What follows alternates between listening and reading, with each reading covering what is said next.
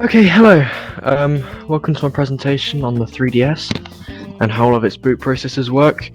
We'll be investigating its two bootable ROM chips, its boot process, and how it was exploited in order to get custom firmware on it, such as Luma 3DS. So first, I'll draw a very terrible drawing of a 3DS.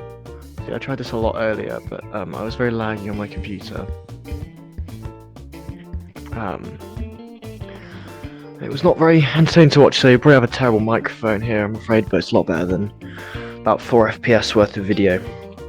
So, when you turn on the 3DS with the on button right here, it will just do a post, which means it will check every component works properly. I can confirm it does not check that the digitizer works properly because I broke my digitizer when I was trying to install Bluetooth to it. But I think it checks the GPU and the CPU.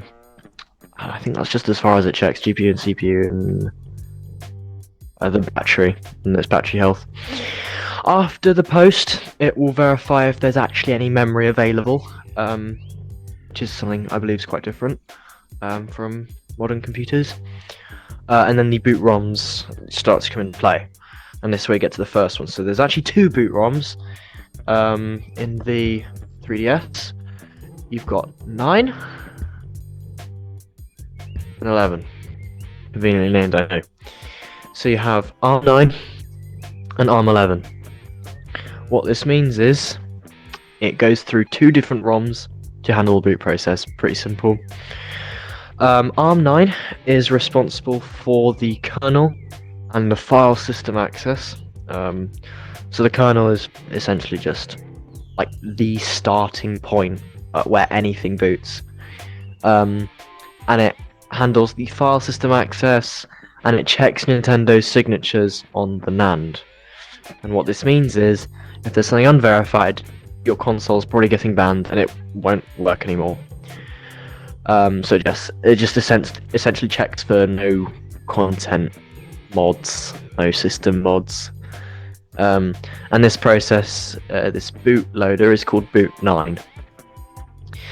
Then we go to ARM11, which is the less important chip. It's after boot9 is loaded and it checks the signatures, it will, cause boot11, which is the bootloader for the ARM11 chip, to start working. So boot11 checks that the GPU works and it checks that the network card works properly, and then it will boot the rest of the system. The OS for the 3DS is called the Home Menu app, and that is loaded to the internal system memory. So ARM11 directly contacts the NAND. Much better. Directly contacts the NAND, which is great. It loads the Home Menu app from the 3DS on the NAND, which is inside the 3DS.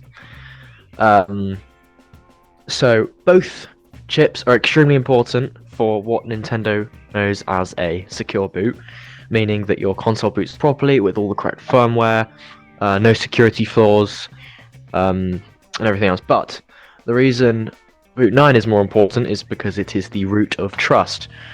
So anything boot9 tells the rest of the systems to do, it must follow unconditionally. And that's where you can see an exploit coming along.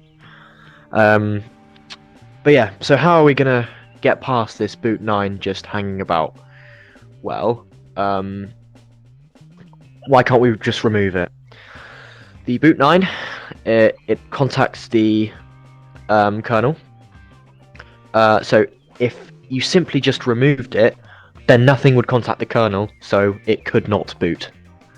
And yeah, so you can't just remove it.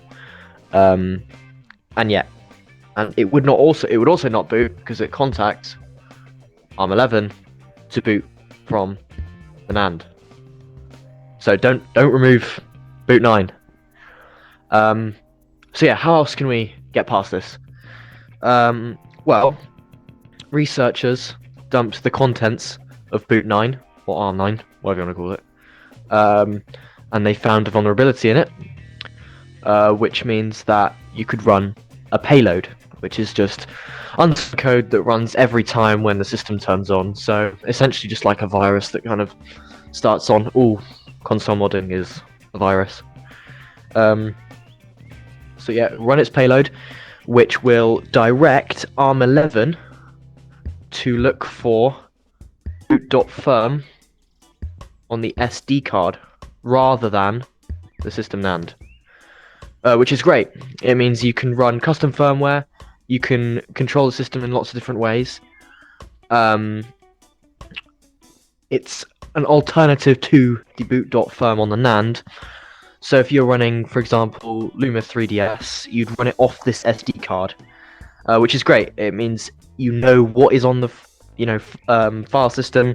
You can control it. You can add stuff to it. You can remove stuff from it pretty easily.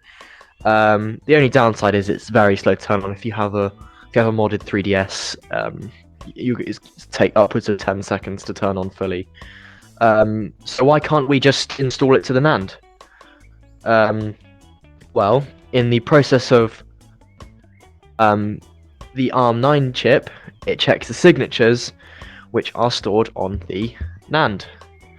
And this means that if you have any unsigned code on your NAND, Nintendo's going to ban your console. So in future terms, I've got my modded Switch, which I have loads of legal games on. And I can't install them to the NAND because Nintendo would simply be like, that is not your signature for your game paired with your signature for your console. Something's not right, we're going to ban you. And they'll do the same here. They'll ban your system, you won't be able to use it properly, and it will go wrong. So you have to use the SD, which is a shame because it's a bit slower. But what they've essentially done is they've hacked the default bootloader to latch onto a separate bootstrapper, which is completely custom, and it loads whatever it tells it to, which is great. And it's come a long way, and here we are in 2025 with Luma 3DS. Giving you all sorts of system information. You can control it. All sorts of emulators, albeit a bit slow on this console. But yeah, without Boot 9, you wouldn't be able to do anything. Dumping the ROM was very clever. Finding the vulnerability was also very clever. And yeah, that is a 3DS. If you're in my class and you've had to watch this in class, I'm sorry. If you're not in my class and you've learned something, great. I hope you found it interesting. But this is how the 3DS works, pretty shoddy explanation. I'm not an expert. I learnt this today. But I found it very interesting, the way it works. Shame we can't write to the NAND. Shame we can't write to NAND. Same with every Nintendo console, you can't write to the NAND. Yeah, I hope you found this entertaining. If you did, no, it's a bit nerdy, but whatever. It's my homework. I might upload some more computer science homework on this channel because I've got nothing else to do with it.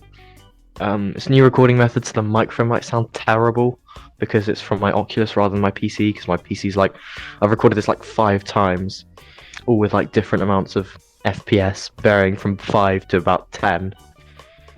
Yeah, hope you found it interesting, and tune in next time for probably more Nintendo modding if it's relevant to my course. Yeah, see you later.